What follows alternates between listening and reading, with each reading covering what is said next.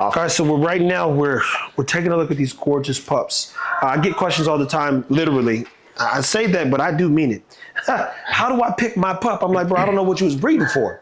What are some of the things you look for when you are choosing a pup to either keep or put somewhere that you might want to utilize later? The biggest thing, which thank God we don't really have a problem with much, but tight skin. Yeah. I love the face. Aesthetically, the face has to be just tight, nice cheeks, really pretty face. Then it goes down to structure. Nice shoulders width, rear and top line has to be, even on both sides. As far as girth wise. But over the years, as we keep breeding, the productions keep getting more consistent, so it gets harder to pick. It really does. This litter is really, really consistent as well. There's only one male that's shorter than the rest of the males. They're all fairly built, structuralized. Head is the same. Same size, same shapes. There's only one female that actually looks different than the rest of the females. She's got a little longer muzzle than the rest. But yeah. And what were some of your early problems or challenges that you faced when you're trying to, create consistency? Breed out the bad genes. The bad knees? Bad genes. Oh, bad genes, yeah. Bad genes. More or less the skin type, because these dogs are taller, they are bigger. So my thing was trying to keep the height, but add more muscle tone, tighten up the waistline. And what was the trick to doing that, boss? Adding cleaner lines, smaller dogs. Smaller dogs, bigger dogs produce cleaner dogs.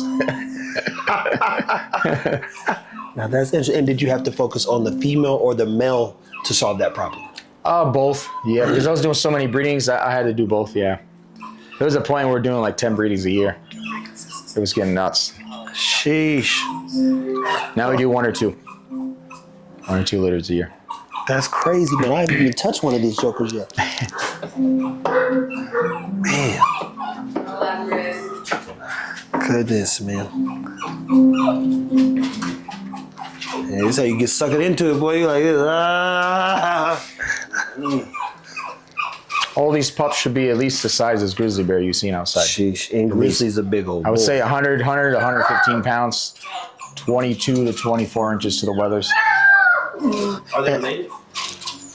Yeah, so the mom to this litter that's her brother. Yeah. Queen of Hearts. And I know you have some of that old school iron cross.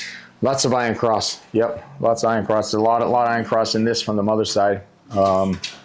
Yeah, I got a lot of Disciple, Sinister, even some with the red blood, like Deacon, Fireline's Heck Filler from the Fireline side. Oh, man. Well, we're going to have you break some more stuff down, people. Puppies are...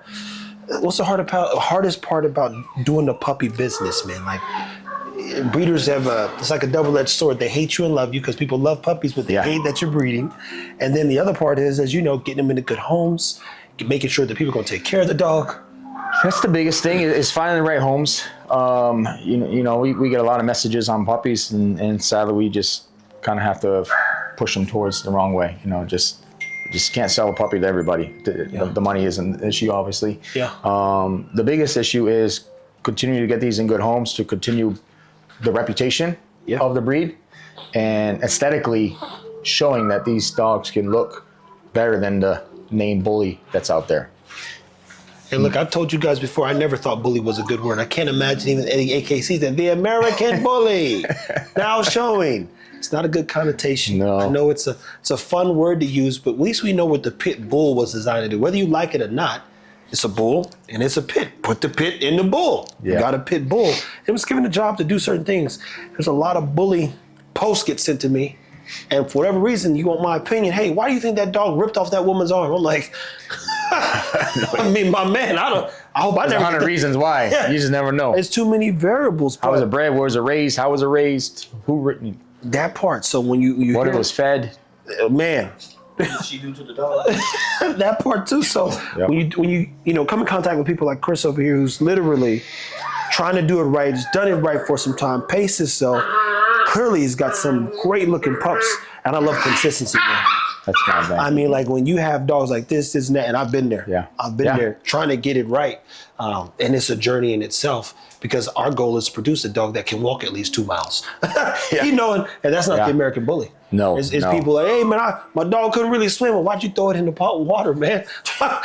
You think that you see us do something? Do not do what we do. Our dogs have been swimming since they were like 4 or 5 weeks old. Oh yeah. That's the truth. So we got about another month with this hot weather, and then me and the wife go on hikes every single weekend. And we'll take 2 dogs at a time, and we'll do anywhere from 5 to 8 miles. And they can walk that far. We've never had a dog sit down and lay out and give up, ever. And we're No white foam out of the mouth. No, they love it. They love the walks. That's impressive. That is impressive. For a big dog, this 100+ pound dog to go on hikes. Yeah. Yeah, see, that sounds similar to that Rhodesian Ridgeback we was rushing the other day because them jokers can do 20 to 30 miles. So We're in a marathon, and the dog was like, "Let's go."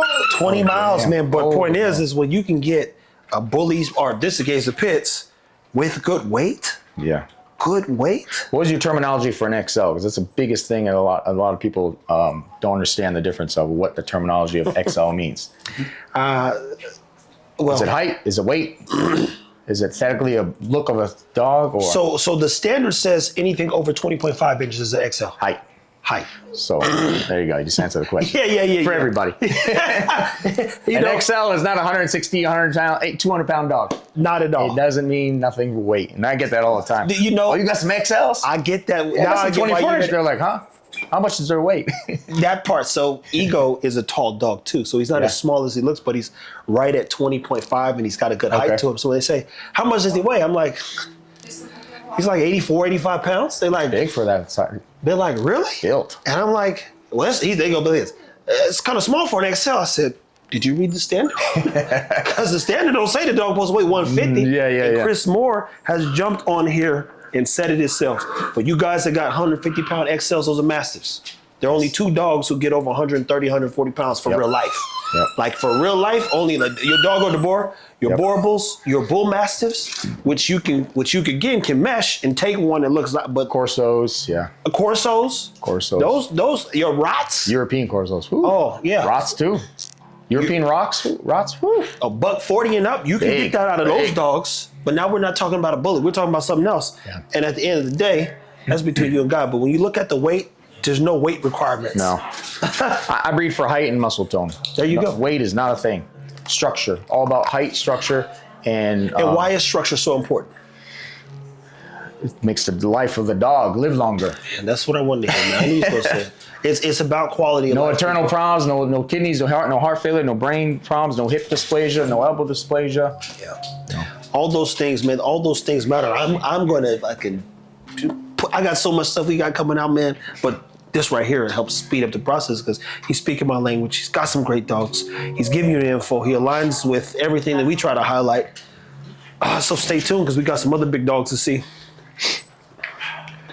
Yeah, I typically don't keep the biggest dogs. So you'll see downstairs my biggest dog. Oh, man, one of the 2 I kept. I hate big dogs if I'm being honest. Structurally, he is just beautiful. Yeah. And the smartest dog I've ever produced, hands down. I can put a ball anywhere in the house, and this fool will run the house, and he will find it. So he can do scent work. He will find anything you hide. If it's a ball, it's a toy, it's a treat, he will find it. But that's about business and going along with the journey because you start a business and you say, this is my goal. And then the business keeps maturing. And in your case, you go, damn, this dog's kind of fucking smart. And this dog now takes you on a whole different journey because you're like, damn, I didn't know I could put it. Well, wonder if he could do this.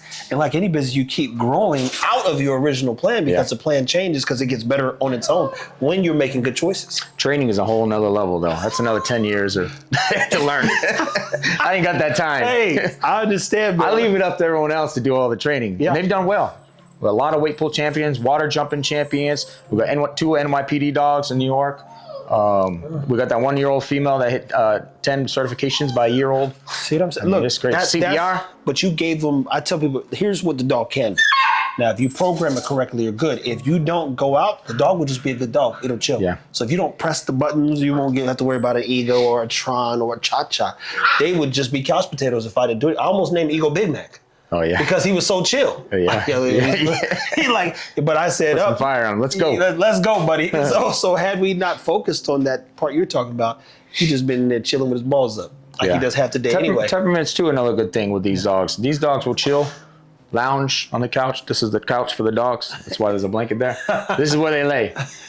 But they will chill all day. Yeah. And then as soon as we go outside, we go on a hike. We go on the spring pole. In the wintertime, I throw the hide on there every once in a while for them. Yeah. They'll get at it, man. They won't stop. An hour in till the hide is gone, I got to pull them off. So they got the drive. They got their intelligency. They got the cuddles and the loves. And they're not crazy. Clear-headed dog is very No craziness in these dogs. God, man. Controllable temperaments and drive. But that's key, man.